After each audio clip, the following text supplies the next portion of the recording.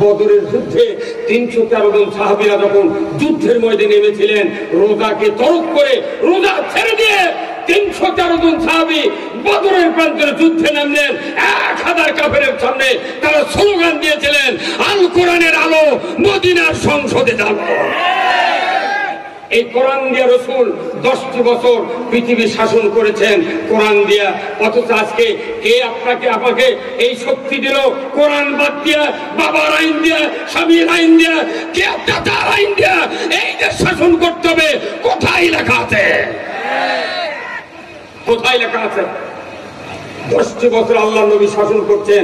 বাংলাদেশের মতো কমপক্ষে 27টা রাষ্ট্র পরিধি হবে, এত বড় রাষ্ট্রের আমির ছিলেন, প্রেসিডেন্ট ছিলেন স্বয়ং আল্লাহ রসুল।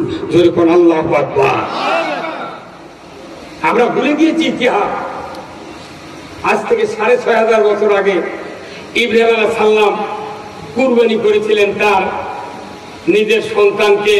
একে কুরবানি করবেই, চক্ষু বাঁধা তরবারি চালাচ্ছেন, চালাতে চালাতে হয়রান হয়ে গেছে, তরবারি কাটে না। কি ব্যাপার? গলা কাটলে তো ফোঁস করে সাউন্ড হয়, কিছু হয় না। রাগ করে তরবারি ফেলে দিছে, পাথর কাটে গেছে। আবার চোখ খুলে দেখে পাথর কাটলো, তরবারি তুমি কাটো না।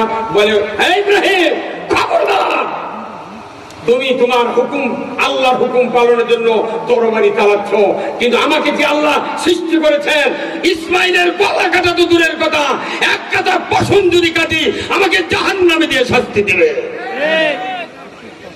6500 বছর আগে গলায় কাটিছে। শেষ পর্যন্ত দুম্বা না জিবরাইল ইসমাইলকে কোলক করে দাঁড়িয়ে থাকলেন, আর দুম্বা জব হয়ে গেল। বলুন তো, ওই সময় দুম্বার গলায় গলা কাটিছে না উপরে কাটিছে? কোথায়? তাহলে ওই সময় কুরবানি করতে গলায় কাটার সিস্টেম কে চালু করেছেন? আর এখন এসে যদি বাংলাদেশে 12,000 মুফতি, 14,000 বক্তা, 15,000 ইমাম যদি বলে যে আমরা এতদিন গরু, বকরি, মহিষ, উট, দুম্বার গলা কাটিয়া কুরবানি করেছি, আমাদের এই সিস্টেম করতে গিয়া উনি কি গরু বাছুর জমিনে পাঠতে গিয়া কারণ সিংহের ভূতে লাগে, পাও ঘাটতে লাগে, চোখ ফাটে, পাথর ভাঙে। এত কষ্ট করা যাবে না। গরু এইভাবে ধরে থাকবে, গামছা দিয়ে চোখ বাঁধে, বিসমিল্লাহ করে ভারত চোট মারবে, কাল্লা করে দেবি, গোস্ত খাবে। আচ্ছা, এই ফতুয়া যদি এই দেশের এতগুলো ইমাম মুফতি এরা ফতুয়া দেয়, তাহলে এই ফতুয়া কেউ মানবি? মানবে? হ্যাঁ, আর ওইভাবে গলা কাটা নয়, এই উপরে কাটে যদি একটা ফকিন্নি যদি 20 কেজি গোস্ত আর 3000 টাকা দিয়ে বলা হয়, মা তুই 3000 টাকা তেল মশলা কিনে গোস্তটা ফাইন করে পাক করে খা, মা খাবি?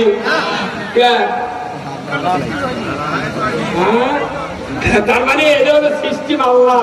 গলার কাছ থেকে সেটা হালাল, আর উপরে কাটলে হারাম।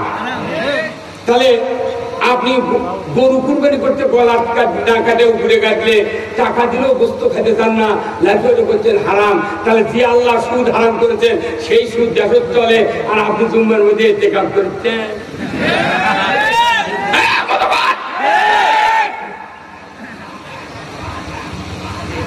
যারা সুদের অর্থনীতি মানে সুদ দেয়, সুদ খায়, সুদের অর্থনীতি মেনে নেয়, তাদের ঈমান থাকে না। কোরআন শরীফে যতগুলি অপকর্ম আছে, খারাপ কাজের কথা আছে, সমস্ত খারাপ কাজের মধ্যে সেরা খারাপ কাজ হলো সুদ।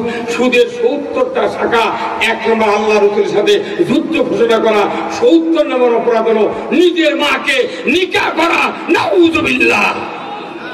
এই দেশে সুদ চলে কি চলে না? তাহলে আপনি কুরবানি গলা বাদ দেয়া মাথা ভারত কাটিয়ে খান না, আর আল্লাহ করতে সুদ হারাম। সেই সুদের অর্থনীতি মানে বছরে 3 বার করে উমরা করছেন, আর 1 বার করে হজ করছেন, আবার এসে করছেন 6 বার সুমো দিচ্ছি পাথর। আল্লাহ তখন কয় জিবরাইল আর মাথা ঠিক নেই, তুই যে অর্থ দিয়ে হজ করে সুমা দেওয়ার গল্প দিচ্ছ, তুই পাথর সুমা দেওয়াকে তোর বিলে খেলেও কোনো লাভ হবে না। এদেশে বারবার সংসদ কায়েম হয়েছে, এদেশে বারবার সরকারকে আমরা দেখেছি ইমানদারের দেশে সুদ হারাম করেছেন আল্লাহ। অথচ আজকে সুদের অর্থনীতি পুরো পৃথিবী নয়, পুরো বাংলাদেশ একবারে জর্জরিত। এমন কোন গ্রাম নাই 15.5 আনা লোক কিস্তির সাথে জড়িত নাই। শাক ভাত খাবো না, গোস্ত খা স্বামীর কথা শুনবো না, ভাঙ্গা করে থাকবো না, ঝড় বাদল মানবো না, কিস্তি দেওয়া বন্ধ করবো না, যায়ান থাকিতে সাহেবের ডিউটি কোনদিন অমান্য করবো না। এই যে সুদ চলিতে দেখো, কারু টেনশনই নাই, কি ভাই আছে? কারণ সুদ খালে ইমান থাকে না, এটা এখনো বোঝেনি। আচ্ছা বলুন তো, এখানে একটা মূর্খ মানুষ, লেখা নেই পড়া নেই কিচ্ছু নেই, কিন্তু এই মসজিদে, এই শহীদুল ভাইয়ের মসজিদে ওযু করছে। ওযু করার পর পূর্ব দিক দিয়ে যায় মসজিদে ঢুকতেছে। ঢোকার সময় মাথা ছাপড়ে স্যান্ডেল হাতত নিচ্ছে, ভেতরে না লেগে তো চুরি হল। কি দেখছে? জুতো চুরি হল। হ্যাঁ, খালি একটা আইন যদি করলো হয়নি, ধরা পড়লে 5টা গ্যারান্টি, খাদ্য, বস্ত্র, চিকিৎসা, শিক্ষা, ব্যবস্থা।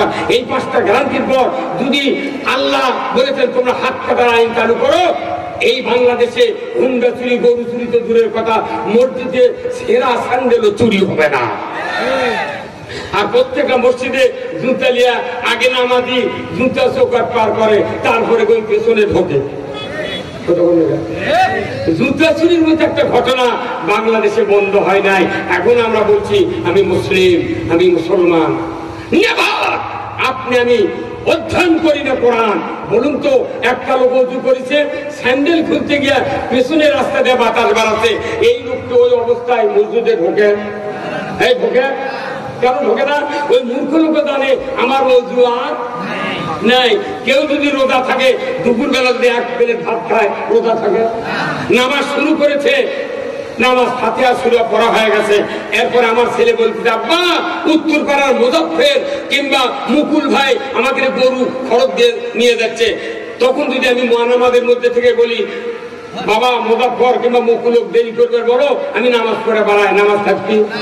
তাহলে নামাজ ভঙ্গের কারণ জানলেন, ওযু ভঙ্গের কারণ জানলেন, রোজা ভঙ্গের কারণ জানলেন, সুদ ভঙ্গের কারণ শোনেননি? এই বুদ্ধি কে দিছে? ইমানদাররা সুদ খায় না, ইমানদাররা রোজা রেখে দুপুরে ভাত খায় না, রোজা থাকবে না। নামাজিরা নামাজ পড়তে পড়তে মাঝখানে কোনো কথা বলবে না, নামাজ থাকবে না।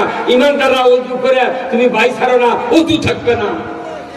ইমানদাররা তুমি ইমান এনে সুদ খায় না, ইমান থাকবে না। কোটি কোটি টাকা সিসি লোন, কোটি কোটি টাকা কিস্তির টাকা দিয়ে সারা বাংলাদেশ জলঞ্জলি হচ্ছে। ওই যায় নামাজ ভারত করে নিয়ে যায়, ঈদের নামাজ বাটাম যদি না ফাটায়, নেতাগিরির কাম বাঁধেনি, নেতাগিরির কাম বাঁধেনি। অর্থনীতি সিসি লোন নামছে একটা, যারা ব্যাংকে চাকরি করে দেখবেন একটা লোনের নাম হচ্ছে সিসি। এটা ইংরেজ বাংলা হলো সি, 6 সেকারের সি। এটা যদি 1 আলিফের মত দিয়ে পড়া হয় 6 সেকারের সি, 6 সেকারের সি, মানে বুঝতে পারবে না। কিন্তু হরকত দিয়ে যদি পড়া হয় সিসি।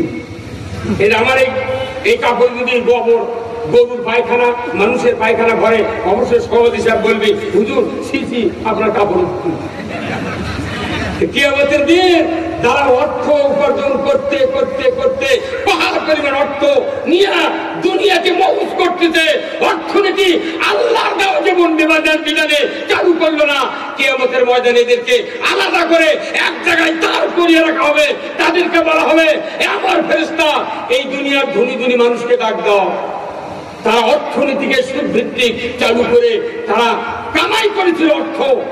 এদেরকে আমি আজকে লোন পাস করে দেবো, কত কোটি সিসি লাগবে। অনুরোধ করছি অর্থনীতি বাংলাদেশে জাকাত ভিত্তিক কায়েম হোক। কারা কারা চান একটু হাত তোলেন তো দেখি, তোলেন, হাত তোলেন, তোলেন। লিল্লাহে তাকবীর।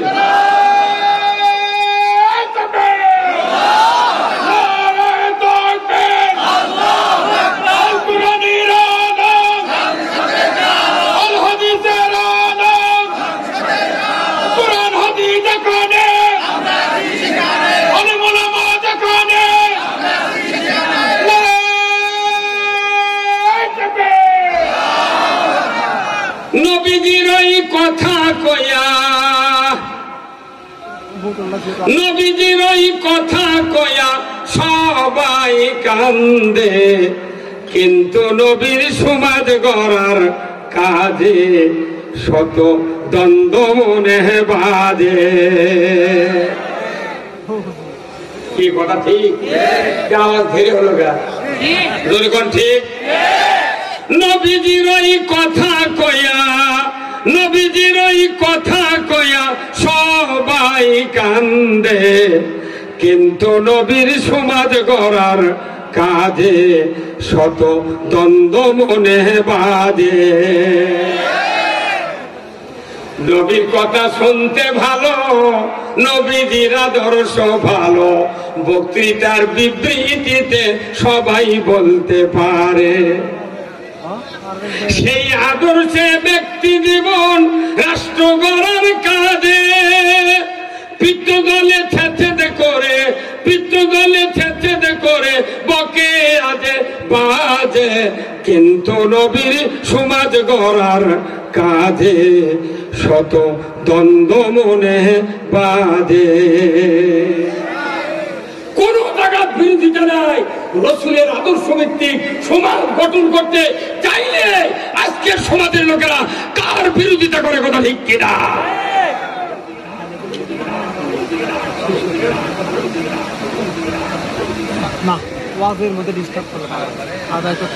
ভাইরা আমার, আমি বলতেছিলাম ইসলাম একক ইবাদত বিশিষ্ট ধর্ম নয়, জীবন ব্যবস্থা নয়। প্রত্যেকটা ইবাদতের সাথে ইসলামের কানেক্টিভ, জীবনের সাথে কানেক্টিভ করা রয়েছে। কারণ ইসলাম যদি মানতে চায়, কোন একটা আল্লাহর হুকুম বাদ দিলে ইসলাম মানা যায় না। আপনাকে এখানে বগুড়া সাইকেল বিক্রি হয় না ভাই? ওই যে গোহাইল রোডের ওখানে সাইকেল এখন 14,000 টাকা দাম, ফোনের সাইকেল।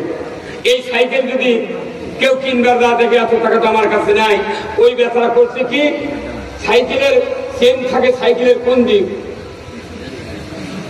মুখস্থি করছে, এখনো দেখেনি মনে সাইকেল। আর কবার পালানে একসাথে কয়া লাগবি ডান দিকে। কি মানুষের ব্রেন দেখেন কি, সাইকেলের চেন দাবি কোন দিক এটাই জানে না, ওই আস্তে আস্তে করে পারবি পাগলের বুদ্ধি। সাইকেলের চেন কোন দিক থাকে? দিকে। এটা কারেন্টের মতো উত্তর দিতে হবে, তাহলে বোঝা যাবে আপনি দুনিয়া দেখেন, কথা ঠিক কিনা? আজকে সারা দেশে দেখেন যানজট, এই auto bike, auto rickshaw, CNG, এই সাতমাথার রেলগেট থেকে 150-200 লাইন ধরে আছে, দিনে 2 টিপ পায়, তাই জন্য দাঁড়িয়ে আছে। কোন পৃথিবীর কোন রাষ্ট্রে এত যানবাহন নেই। কারণ কি, এত অভাবও কোন দেশও, এই দেশের অভাব মিটানোর কোন ব্যবস্থা সরকার কর্তৃক এখনো কেউ করতে পারে না। এত যানজট, এত যানবাহন কেন হলো? মানুষের মৌলিক চাহিদা 5টা, খাদ্য, বস্ত্র, চিকিৎসা, শিক্ষা, বাসস্থান, এই 5টা গ্যারান্টি এই বাংলাদেশের কোন সরকার দেয় না। না দেওয়ার কারণে দ্রব্যমূল্যের দাম ঊর্ধ্বগতি। শুধু একদিন 100 টাকা যদি ইনকাম হয়, 4 দিন পর পর বাজার করবো, তাহলে 4 দিনে 400 টাকা, তাও 400 টাকার বাজার করলে 3-4 জন সন্তান নিয়ে কোন রকমকে দিন দেবে, কথা ঠিক কিনা? কথা ঠিক কিনা? কিন্তু এই জন্য যানবাহন ধারণী চাই, কষ্ট করে জায়গা জমি বেছে খালি সিএনজি নিয়ে বসে আছে। সৌদি আরব যান, দিনে 1টা-2টা হুন্ডা চোখে পড়বি, কোন ভ্যান নাই, রিক্সা নাই, কি থাক, তাহলে আপনি কোথা আপনার ফিদের বিপন্ডে কাজ করেন। এই যানজট কেন হলো? ওই গরিবদের খাওয়া পড়ার গ্যারান্টি আমরা দিতে ব্যর্থ হয়েছি, কথা ঠিক কিনা? হ্যাঁ,